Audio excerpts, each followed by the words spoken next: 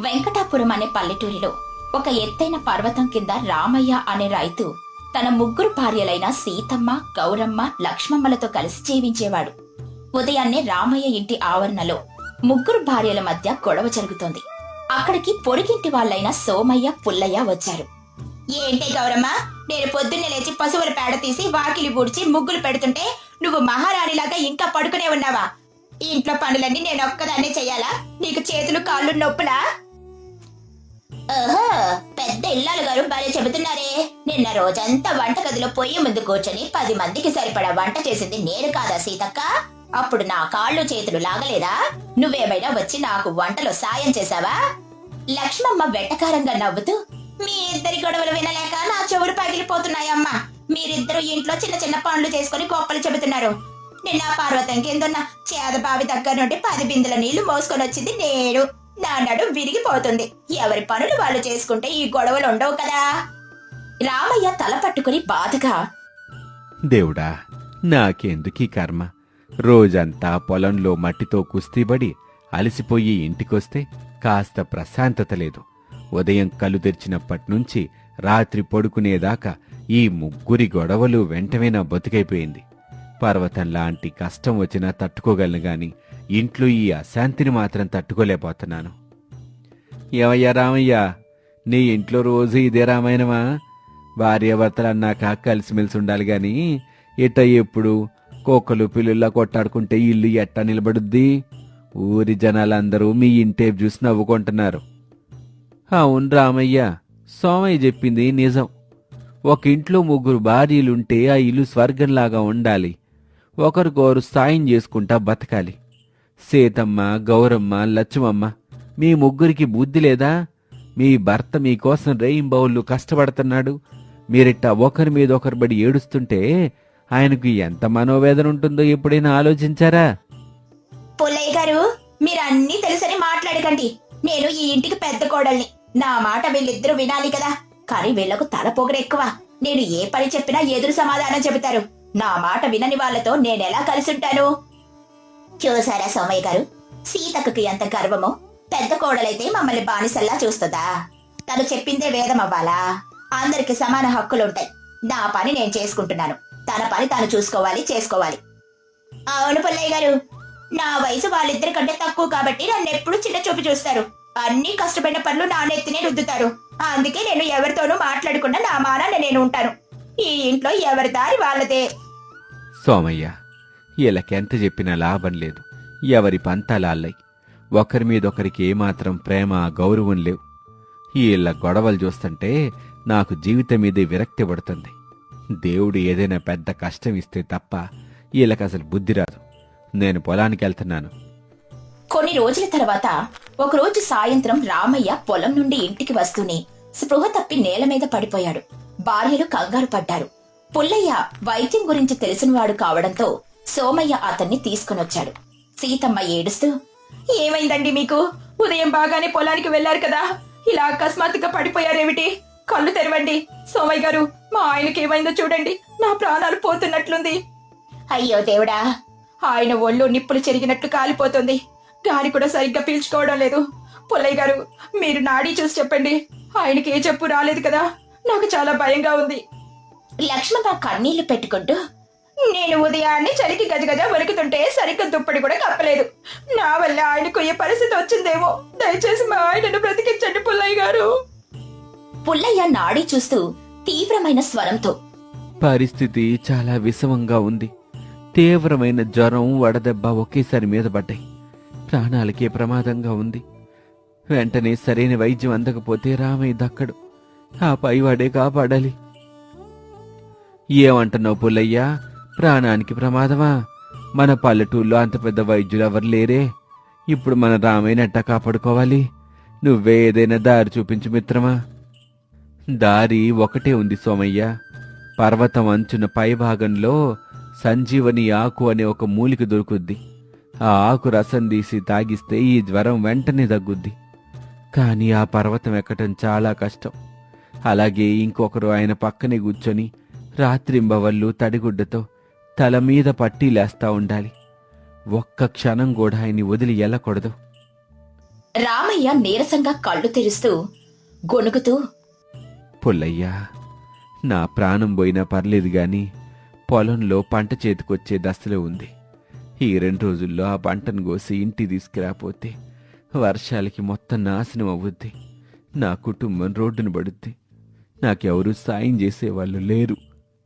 చూసారా సీతమ్మ, మీ భర్త చావు బతుకుల్లో ఉండి కూడా మీ కడుపు నింపే పంట గురించి ఆలోచిస్తున్నాడు. కాని మీరేమో మీ అహంకారాలతో ఒకరితో ఒకరు కొట్టాడుకుంటా కాలం గడిపారు. ఇప్పుడు ఒకరు పర్వతం ఎక్కి మూలికి దేవాలి, ఒకరు ఆయనకి సేవ చెయ్యాలి, ఇంకొకరు పొలానికెళ్ళి పంటని కాపాడుకోవాలి. ఇదంతా అసలు మీ ముగ్గురి వల్ల అవుద్దా? మాకెందుకు చేత కాదు సోమయ్య గారు. మా భర్త కష్టాన్ని గుర్తించలేదు. గౌరమ్మ, లక్ష్మమ్మ, మీరు పర్వతం ఎక్కి ఆ మూలికను తీసుకురండి. నేను ఇంట్లో ఉండి సేవ చేస్తాను. తర్వాత పొలానికి వెళ్తాను. ఏంటి సీతక్క, పర్వతం ఎక్కడో నాకెంత కష్టమో నీకు తెలీదా? నేను వెళ్ళను. నేను ఇంట్లో ఉండి సేవ చేస్తాను. నువ్వే పర్వతం ఎక్కి ఆ మూలికను తీసుకునిరా. ప్రతిసారి నీకు సులువైన పని, మాకు కష్టమైన పనా? అవును, నేను కూడా అడవిలోకి పర్వతం పైకి వెళ్ళను. ఆ దారిలో పాములు, క్రూర జంతువులు ఉంటాయని అందరూ చెబుతారు. నా వల్ల కాదు బాబోయ్. మీ ఇద్దరిలో ఎవరైనా వెళ్ళండి, నేనే పొలానికి వెళ్తాను. పుల్లయ్య కోపంగా అరుస్తూ, ఆపండి మీ గొడవలు. మీ భర్త ఇక్కడ చావు బతుకుల మధ్య కొట్టుమిట్టాడుతుంటే ఇంకా మీ స్వార్థం, మీ పంతాలే ముఖ్యంగా ఉన్నాయా? మీరిలాగే ఎవరికి వారే యమునా తీరే అన్నట్టుంటే రేపు ఉదయం కల్లా రామయ్య ప్రాణాలు పోతాయి. మీరు ముగ్గురు వితంతువులవుతారు. అప్పుడు మీ గొడవలు ఏమవుతాయో ఆలోచించుకోండి.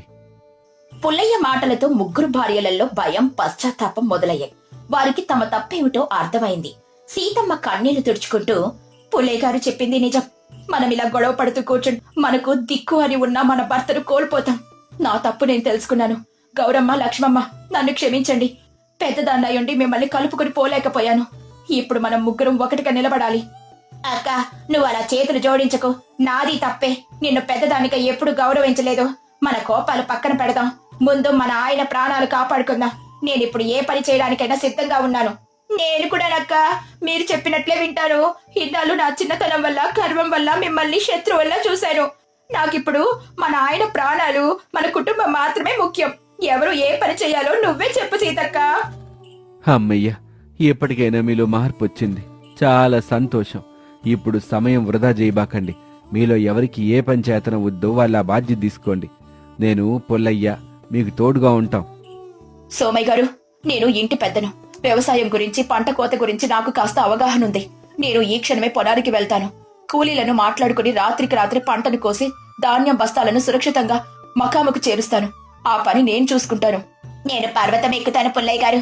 నాకు చిన్నప్పటి నుండి కొండలెక్కే అలవాటు ఉంది. దారెంత కష్టంగా ఉన్నా, చీకటి పడుతున్నా సరే నేను ఆ పర్వతం పైకి వెళ్లి మా ఆయనను బ్రతికించి ఆ సంజీవని ఆకును తీసుకొని వస్తాను. నేను వెంటనే బయలుదేరుతున్నాను. నేను ఇంట్లోనే ఉండి మా ఆయనను కంటికి రెప్పలా చూసుకుంటాను. పుల్లయ్య గారు చెప్పినట్లే రాత్రింపవళ్ళు పక్కనే కూర్చొని తడి పట్టీలు వేస్తాను. మూడికి రాగానే దాన్ని నూరి మందు తయారు చేస్తాడు. ఆయనకు ఏ లోటు రాకుండా నేను సేవ చేస్తాను. చాలా మంచి నిర్ణయం తీసుకున్నారమ్మా. సీతమ్మ, పొలం దగ్గర పంట కోతకి నేను వస్తాను. నీకు సాయం చేస్తాను. గౌరమ్మ, నువ్వు కొండ మీదకి వెళ్లే దారిలో నీకు తోడుగా సోమయ్య వస్తాడు. ఇంకేమాత్రం ఆలస్యం చేయబాకండి. అందరం తలో చెయ్యేద్దాం. అర్ధరాత్రి దాటింది. గౌరమ్మ పర్వతంపై నుండి మూలిక తీసుకుని అలసిపోయి ఇంటికొచ్చింది. సీతమ్మ కూడా పొలం పనులు ముగించుకొని ఇంటికి చేరుకుంది. గౌరమ్మ ఆయాసపడుతూ కాళ్ళు నొప్పులతో, లక్ష్మమ్మ, పుల్లయ్య గారు చెప్పిన మూలికలు ఇవేనా చూడు. పర్వతం ఎక్కేసరికి కాళ్ళు గీసుకుపోయాయి. రాళ్ల మీద నడిచి అరికాళ్ళు మంటలు పుడుతున్నాయి. ఆయన పరిస్థితి ఎలా ఉంది ఇప్పుడు? లక్ష్మమ్మ గౌరమ్మ చేతిలో ఉన్న మూలికలు తీసుకుంటూ, అమ్మో, నీ కాళ్ళు ఎంతగా కందిపోయాయో అక్క. రా, ఇలా కూర్చో. నేను నీకు తాగడానికి కాస్త వేడి నీళ్ళిస్తాను. నీ కష్టం వల్లే మా ఆయనకు ప్రాణం పోసే మందు దొరికింది. ఆయన జ్వరం ఇంకా తగ్గలేదక్క. నేను వెంటనే ఈ ఆకులను నూరి రసం తీస్తాను. లక్ష్మమ్మ, పొలంలో పంట మొత్తం కోయించి ధాన్యం బస్తాలను సురక్షితంగా కప్పించి వచ్చాను. నా చేతులు, నడుము విరిగిపోతున్నట్లు నొప్పులు పుడుతున్నాయి. కానీ పంట దక్కినందుకు మనసుకు చాలా ప్రశాంతంగా ఉంది. సీతక్క, నువ్వు రావడం చూస్తుంటే నాకు ఏడుపొస్తుంది. ఎంత కష్టపడ్డావే అక్క. ఇన్నాళ్ళు నువ్వు ఏ పని చేయవని నేను నిన్ను ఎంత మాటలన్నాను. కానీ ఈ ఇల్లు నిలబెట్టడానికి నువ్వు పడిన కష్టం చూస్తుంటే నా తప్పు నాకు స్పష్టంగా తెలుస్తోంది. మనం ముగ్గురం మన కుటుంబం కోసం కష్టపడ్డాం. ఈ రోజు నాకెందుకో మనమంతా ఒకే తల్లి బిడ్డలం అన్నంత ప్రేమ కలుగుతోంది. లక్ష్మమ్మ, ఆ మూలిక రసం తీసుకురా. ముగ్గురం కలిసి ఆయనతో తాగిద్దాం. ఇదిగో అక్క రసం తెచ్చాను. మీరు ఆయన తలని పైకెత్తండి, నేను మెల్లగా నోట్లో పోస్తాను. ముగ్గురు కలిసి రామయ్యకు మూలిక రసం తాగించారు. మరుసటి రోజు ఉదయం రామయ్యకు జ్వరం పూర్తిగా తగ్గిపోయింది. నీరసంగా లేచి కూర్చున్నాడు. సోమయ్య, పుల్లయ్య అక్కడికొచ్చారు. రామయ్య ఆశ్చర్యంగా చూస్తూ, సోమయ్య, పుల్లయ్య, రండి, లోపలికి రండి. నాకేమైంది? నాకు నిన్న రాత్రి జరిగింది ఏది సరిగ్గా గుర్తులేదు. నా ఒంట్లో జ్వరం లేదు గాని చాలా నీరసంగా ఉంది. నా భార్యలు ముగ్గురు ఇట్టా ఒకరి పక్కన ఒకరు చేతులు పట్టుకొని ఎప్పుడు పడుకోలేదు. నిన్నటిదాకా ఒకరి ముఖం ఒకరు చూసుకునే వాళ్ళే కాదు గదా. రామయ్య, నువ్వు అదృష్టవంతుడివయ్యా. నిన్న నీకొచ్చిన జ్వరానికి నువ్వు బతకడం కష్టం అనుకున్నావు. కాని నీ ముగ్గురు భార్యలు కష్టాల్ని పంచుకొని తమ ప్రాణాలకి తెగించి నిన్ను బతికించుకున్నారు. వాళ్ళల్లో వాళ్లకున్న పంతాలు పట్టింపులన్నీ వదిలేసి ఒక్కటయ్యారు. అవును రామయ్య, పెద్ద భార్య సీతమ్మ రాత్రికి రాత్రే పొలానికెళ్లి పంటని కాపాడింది. రెండో భార్య గౌరమ్మ చీకట్లో ఆ ఎత్తైన పర్వతం ఎక్కి నీకు కావాల్సిన మూలిగ తెచ్చింది. మూడో భార్య లక్ష్మమ్మ రాత్రి బొవ్వళ్ళు నిద్ర లేకుండా నీ పక్కనే కూర్చొని నీకు సేవ చేసింది. వీళ్ళ ఐకమత్యమే నిన్ను ఒక మృత్యువు ఒడిలో నుంచి బయటకు లాగింది. సీతమ్మ నిద్ర లేచి కళ్ళు తుడుచుకుంటూ, ఏమండి, మీకెలా ఉంది ఇప్పుడు? జ్వరం పూర్తిగా తగ్గిపోయిందా?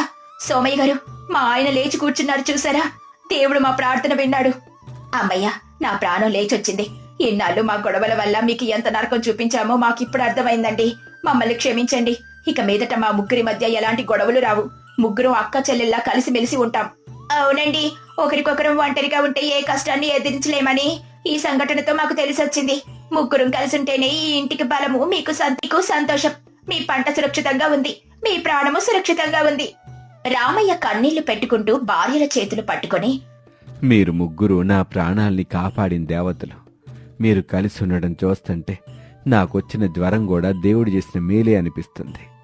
మీ ఐకమత్యం చూసి నా గుండెలో ఆనందంతో నిండిపోయింది. ఇంకా మన కుటుంబానికి ఎట్టాంటి కష్టం రాదు.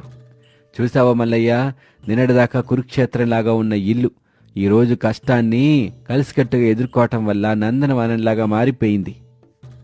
నిజమే సోమయ్య, మనుషుల మధ్య ప్రేమ ఉంటే పర్వతాన్నైనా పిండి చెయ్యొచ్చు. ఈ కుటుంబమే దానికి ఒక నిదర్శనం. రామయ్య కుటుంబం ఎప్పటికీ చల్లగా ఉండాలి. ఈ కథలోని నీతి ఏంటంటే, కుటుంబంలో ఎప్పుడూ చిన్న చిన్న తగాదాలు సహజమే. అయినా కష్టకాలంలో ఒకరికొకరు తోడుగా నిలబడాలి. చీలిపోతే కష్టాలు చుట్టుముడతాయి. అదే కలిసికట్టుగా ఉంటే ఎంతటి కష్టాన్నైనా సులభంగా జయించొచ్చు. ఐక్యమత్యమే మహాబలం. అదే నిజమైన సంతోషం.